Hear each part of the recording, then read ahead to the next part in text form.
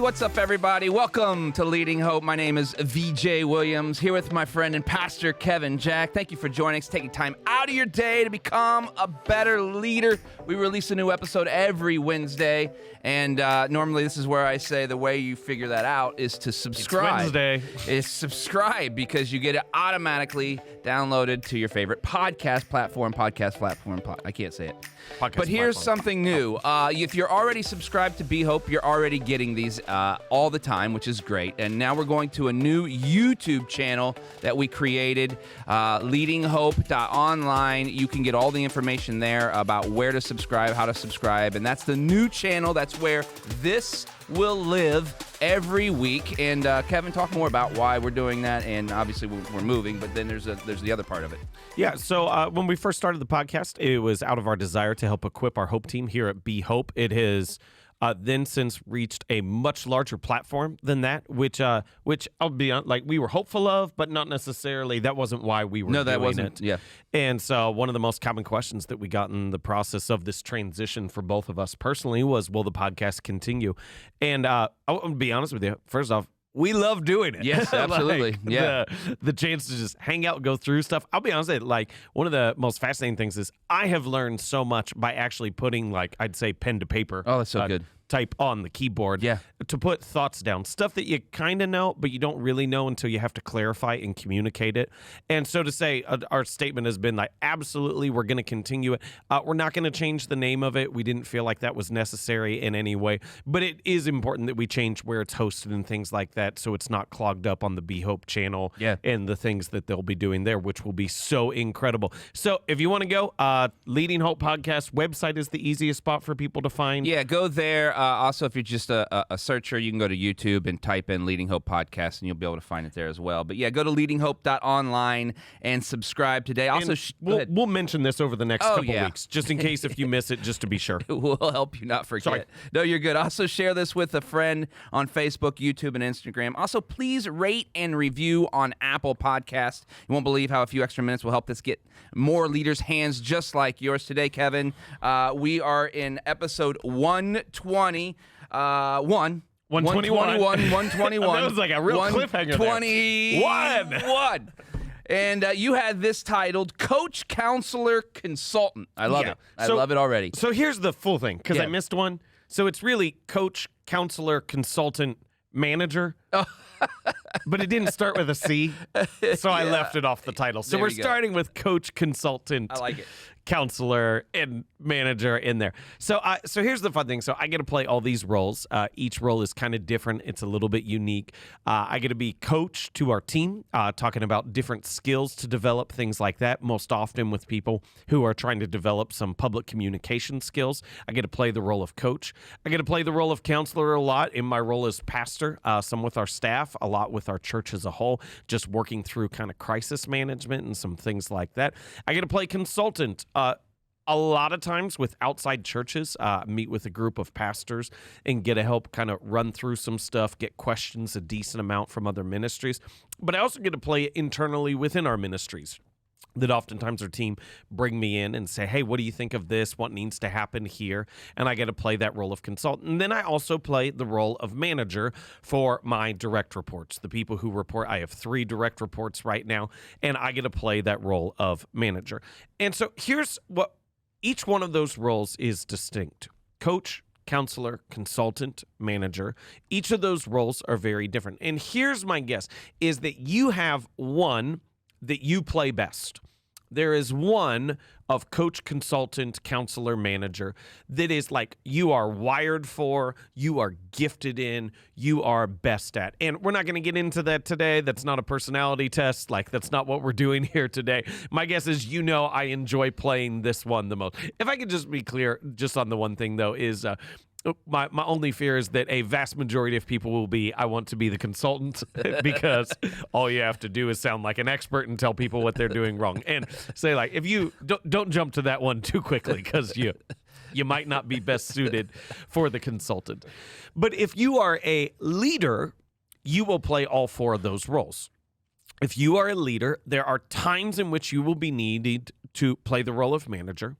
There's times in which you're going to need to elevate performance and be the coach. There's times in which you're going to have to help people through difficult problems and be the counselor. And there's times in which you're going to have to look at it very strategically and make some strong recommendations.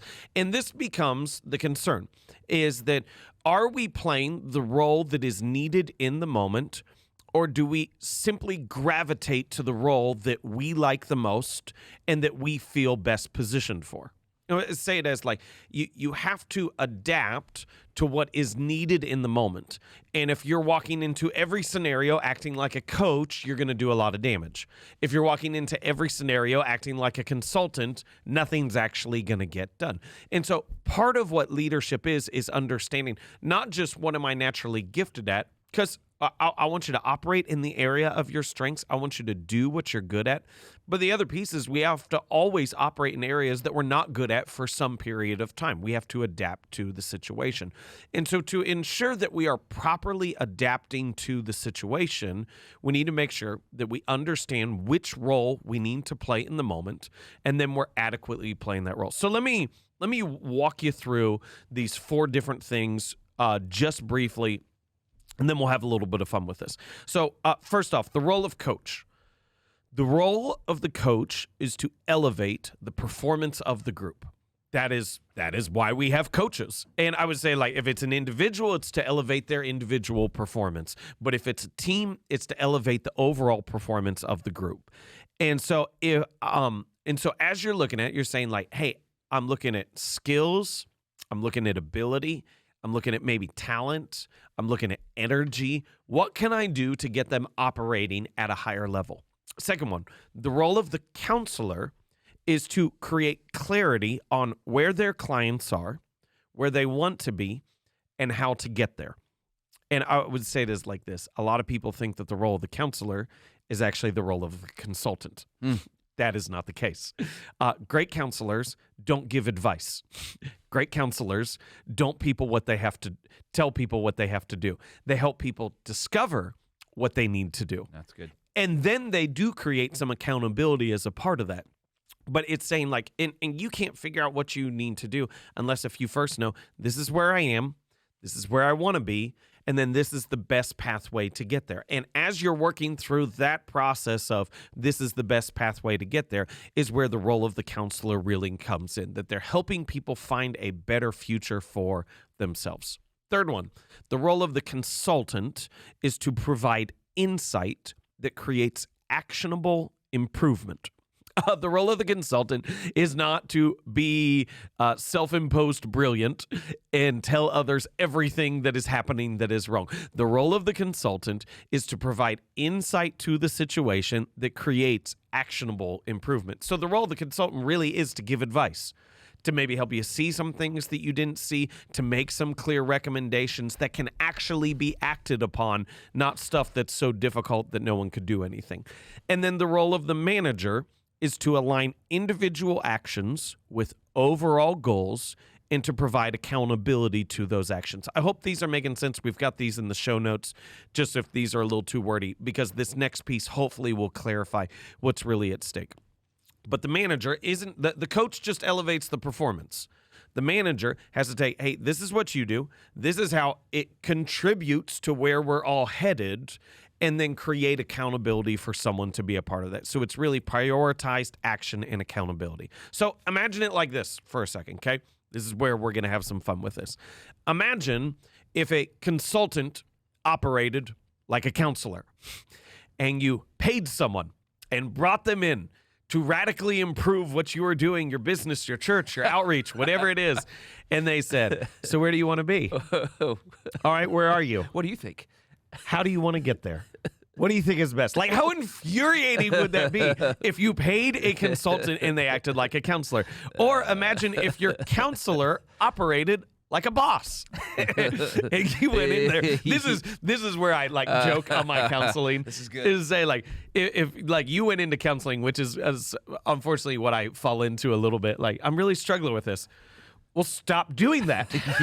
Yep. So those things that are making you mad and destroying your life, don't do them.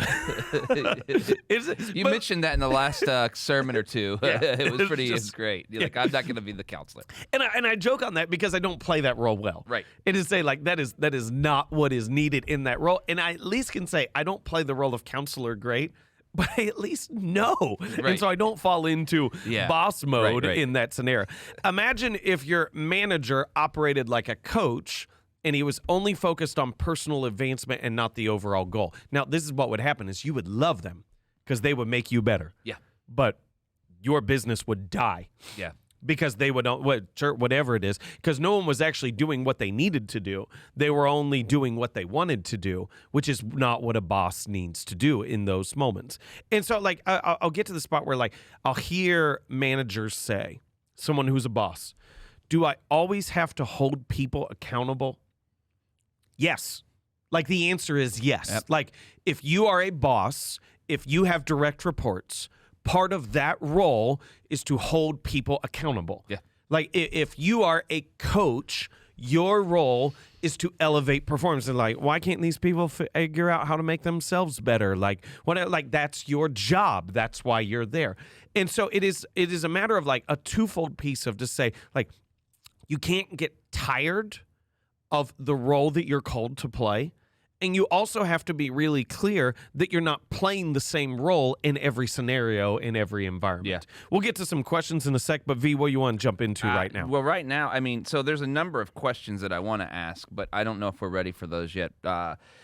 First of all, I think this is brilliant because so many of us fall into the trap of labeling ourselves as one of these, when in reality we have to be them all if we want to be great leaders. You have to be them all. You have to be them all. And if I could put as a side note in there, if you want to be a great leader and if you want to be a decent parent. Yeah. Well, good. If you want to be a decent parent, ooh, you have to be able to play them all. Ooh, I felt that a little bit.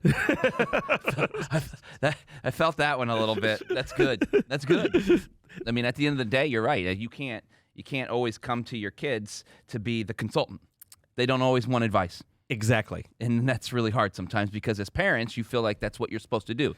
Provide the advice. Right now, this is where they need the advice. And sometimes maybe it's the counselor piece that's more important, or the coach. No, that's great. You know what I mean? That really is. Yeah. Yeah, I go when my kids struggle with process on homework. Yeah. I want to be the boss, and I want to be like, this is what you can do. Do it. I'll see it when it's done. I need to be the consultant. Yeah. I need to be sometimes the coach and help them navigate through that to know what to do. Yeah, I love that. So I would say this, like a key piece, you need to know which role you're in and play the one that's needed and not simply the one that you like the most. So let me give you a couple questions to think through on this, and then we'll see where this takes us. So 3 questions for thought for you to be aware of. Okay, so we've talked about coach, consultant, counselor, and manager or boss, or however you want to phrase it, and learning which role. First off, knowing which role you really like, but which role is needed. So 3 questions to think of. First one, which role do I most naturally play that I have a tendency to fall into? You need to know which one kind of is your strength. And again, somebody smarter would have a massive personality test that they would sell for $20 on this. We're not those people. I think you can figure it out. Like if a lot of people say like, hey, you give great advice, you might be a consultant. Yeah. If a lot of people say, you're a fantastic listener, I love talking through problems with you, you're probably a really good counselor. Yeah. Like, boss, your team stays. They don't quit. Right. A team will quit a good counselor. Yeah. But they won't quit an actual good boss. And so just figuring out to go, hey, which one am I most naturally going to fall into? That's good. Second one, which role is most demanded of me right now? And you can think of this at work. You can also think of this at home because I think both are really important. Which role am I most needed in right now? And to just have that as clarity, I think this is a consistent question that you ask because this will change over time to go, hey, in this season, in this time, what do I think I need to play more of than anything else? And then here's the third question, and this is probably the hardest one, is how can I create cues for role awareness? How can I create things in my life that will cue me which role do I need to play? So let me give you a marriage one first, and then do the same thing in the workplace for just a second. Is like I know every spouse have had this conversation or made this statement. I don't need you to fix it. I just need you to listen. Yep. That is a cue for role awareness. Yep. Like, I don't want a consultant right now. I need counselor, but not in that in-depth. I think you grasp what I'm saying in that moment. How can I create cues for role awareness? I also had a time with one of our team who I love, and the interaction was funny. I just want to be clear on that. But they said, they started to share this problem, and I started to give some feedback, and they said, no. I don't want you to fix it. I just want you to listen. and I said, that's not what I'm going to do, because I need to be your boss in this moment. Yeah. Like, if you want to have just that conversation, go have that conversation with your spouse. You don't have that conversation with me about this right now. And I say that, you may look at it and you go, that's ridiculous. I knew in that moment I needed to be the boss. Yeah. Not what they wanted. Right. But that's what the situation demanded. Right. And so how can you create some cues with your team, with others? Like, I would say it like this. If somebody comes in, just pops into your office real quickly and wants to have a chat, it's probably a coach or a consultant or maybe even a manager situation. Yeah. If they walk in more seriously and they shut the door, you're probably counselor. Yeah. I just want to let you know, like, you're probably counselor. You might be boss in those moments. And so thinking through those pictures to go, how can I create that awareness so I know which role I need to play and I can play the right role at the right moment? That's good. I love that. Sometimes too, when you have those different one-on-ones or those types of environments too, is you can be more than one in a meeting, right? That's so good. You can start out as boss or manager or coach, and then get into the counselor. How's your life? What are things that, you know what I mean? Now you're just listening, so they can get that out in that moment. And a lot of times we'll end that way, which is helpful because it lets them feel at the end of it, hey, I heard what I need. I got out what I needed to tell them, but I also let them speak some on the tail end about what they needed to say about their life. That's really good. I love this. I think this is massively helpful for many people who are trying to get into leadership. This is an extremely great resource, and we'll have this all on the show notes, like you said. The one thing I wanted to ask you. Can I make one note before you get to the question? Is when you say people getting into leadership, I see a lot of young leaders think they're great leaders because they think they're good consultants. Right. Not only do they not have the experience to be a good consultant, but leadership is so much broader than that. It is. And so you have information that is not experience, but also, even if it was experience, leadership is so much more significant. So don't think because you think you might be a good consultant, even though that's a little arrogant and you're not a good consultant, that you can lead well. That's really good. I mean, that's exactly what this is for. So the question for you, knowing that you're not a great, that's not one of your favorite things to be, is the counselor. Yep. But it's something that you have to do. We just mentioned that just a second ago. Yeah. How do you turn off consultant into counselor in those situations? What are something? I know you said we got to find the cues, but for you, can I give you my cue? like, what do you do? Like, how do I go? Oh, I can't do this right now. Yeah. So how do I know to play counselor? Yes. Yeah. Even when you don't want to. I put away all my notes. Oh, good. And I say that as, like, if I'm in consultant mode, boss mode, or coach mode, I'm making notes at all times of things that need to happen, things that need to change. My mental cue and I'm not saying that professional counselors, they take notes. I grasp that. Right. This is what I need to do in the moment, is I need to be fully present for the situation and to put a priority on listening. Yeah. So it's me putting my iPad away. Yeah. Pushing it aside. That's it's good. me pushing all notebooks And away. that helps people probably who report to you over time. They probably grasp that. I would imagine that they notice, okay, he's normally taking notes when I'm talking because we're coaching or we're trying to get to the next level or we're trying to get this new thing implemented. So he's pointing, he's drawing notes, he's doing, he closed everything up. He's not drawing on the whiteboard. He's not talking. He's listening. And they probably pick up on that. That's good. And I'll say it is, like, that's more than anything. That's my cue for myself. Yeah. But I would also acknowledge, like, I'm not doing deep, intensive psychotherapy. Right. Like, that's where the notes are needed. Yeah. I'm a professional pastor, but an amateur counselor. Yeah. So that's good. So the other question is the difference between, because I would say you are a tremendous coach. And I would say that the management stuff for you is just painful. That's fair. So how do you know? That's a good phrase because you said I'm a bad counselor, which is accurate. You didn't exactly say that, but you had a.